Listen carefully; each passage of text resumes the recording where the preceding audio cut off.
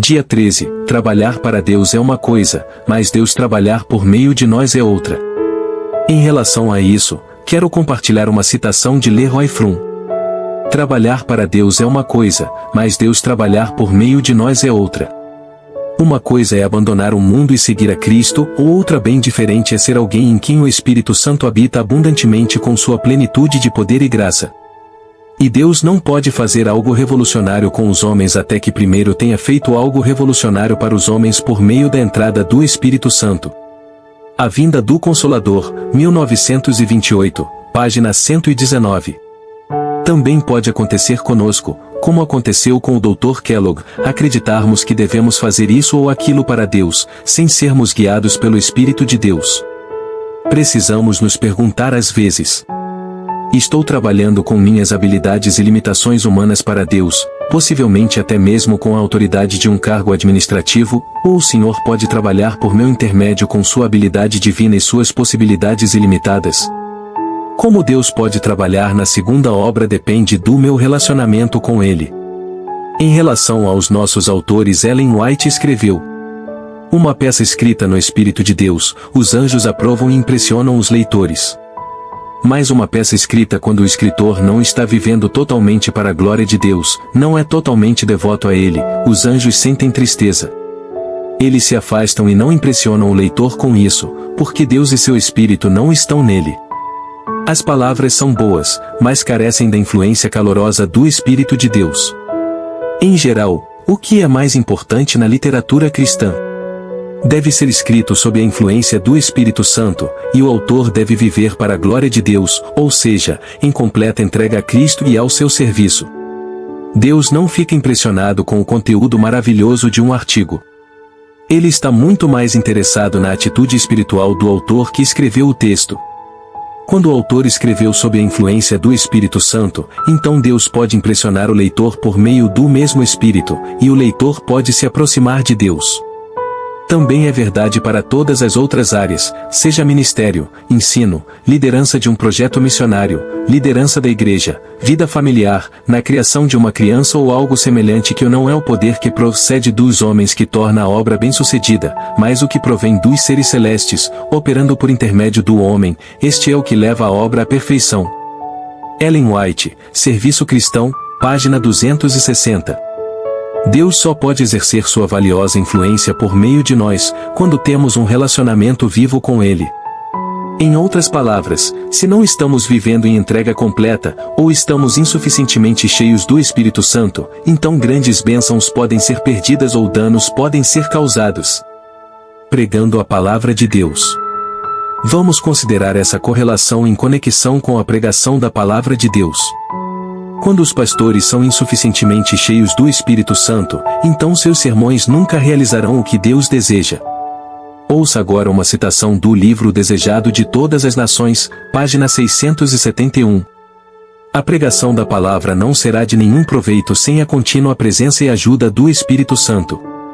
Uma pessoa pode ser capaz de apresentar a letra da palavra de Deus, pode estar familiarizada com todos os seus mandamentos e promessas, mas a menos que o Espírito Santo impressione o coração com a verdade, alma alguma cairá sobre a rocha e se despedaçará.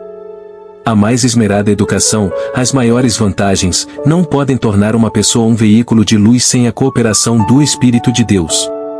Deus e os anjos só trabalham conosco, quando estamos cheios do Espírito Santo e vivemos em completa entrega a Cristo.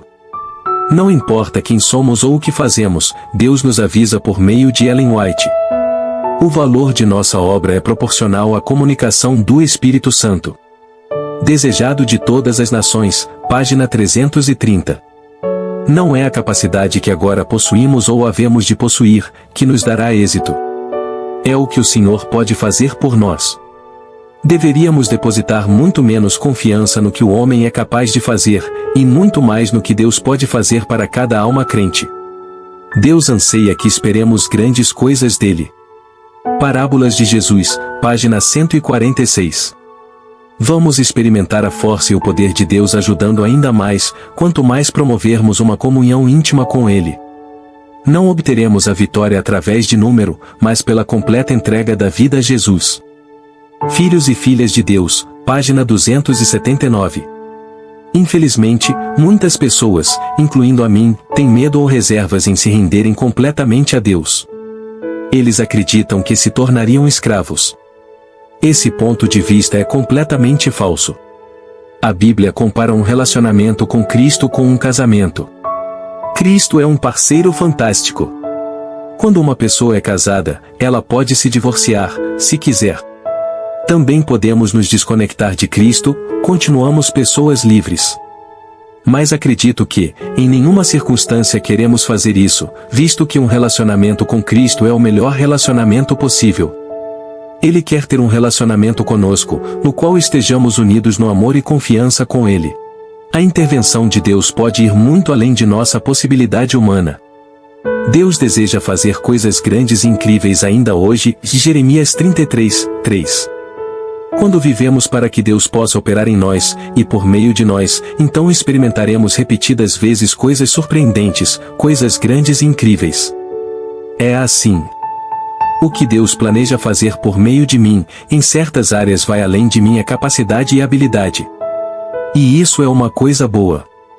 Traz alegria e grande admiração, e promove nossa dependência e colaboração com Deus. Aqui estão duas citações de nossa literatura sobre isso. Peça a graça e eficiência de Cristo, e você não será deixado para trabalhar sozinho. A todos os que se oferecem ao Senhor para o serviço, sem nada reter para si, é concedido poder para atingir imensuráveis resultados. Ellen White, Testemunhos para a Igreja, volume 7, página 30. Relacionamento consistente de oração. Quando vivemos para que Deus trabalhe em nós e por meio de nós, então precisamos de um relacionamento de oração consistente com Ele. Precisamos estar conectados com aquele que preparou a tarefa para nós. Ele pode nos guiar da melhor maneira. É como dirigir com um dispositivo de navegação. Deus nos deu uma enorme promessa em relação a esse relacionamento. Invoca-me e te responderei, e te revelarei coisas grandiosas e inacessíveis, que não sabes. Jeremias 33, verso 3. Podemos ler mais promessas em João 7, 37. João 14, 12 a 14, e João 15, 7. João 15, 16.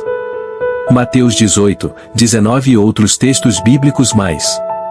O Senhor não apenas promete atender aos nossos pedidos, mas também promete nos mostrar coisas grandes e poderosas. Ele nos dá uma resposta divina. Conselho divino. Não sobrecarregue ninguém as faculdades que Deus lhe deu, num esforço por promover mais rapidamente a causa do Senhor. Não pode o poder do homem apressar a obra. A ele tem de unir-se o poder dos seres celestiais. Não pode o homem fazer a parte do trabalho que compete a Deus. Pode um Paulo plantar e um Apolo regar, mas Deus dá o crescimento. Em simplicidade e humildade deve o homem cooperar com os agentes divinos, sempre fazendo o melhor que pode, todavia, sempre reconhecendo que é Deus o grande obreiro mestre. Ellen White, Testemunhos, volume 7, página 298. Que ramificações teve a vida de Jesus aqui na Terra?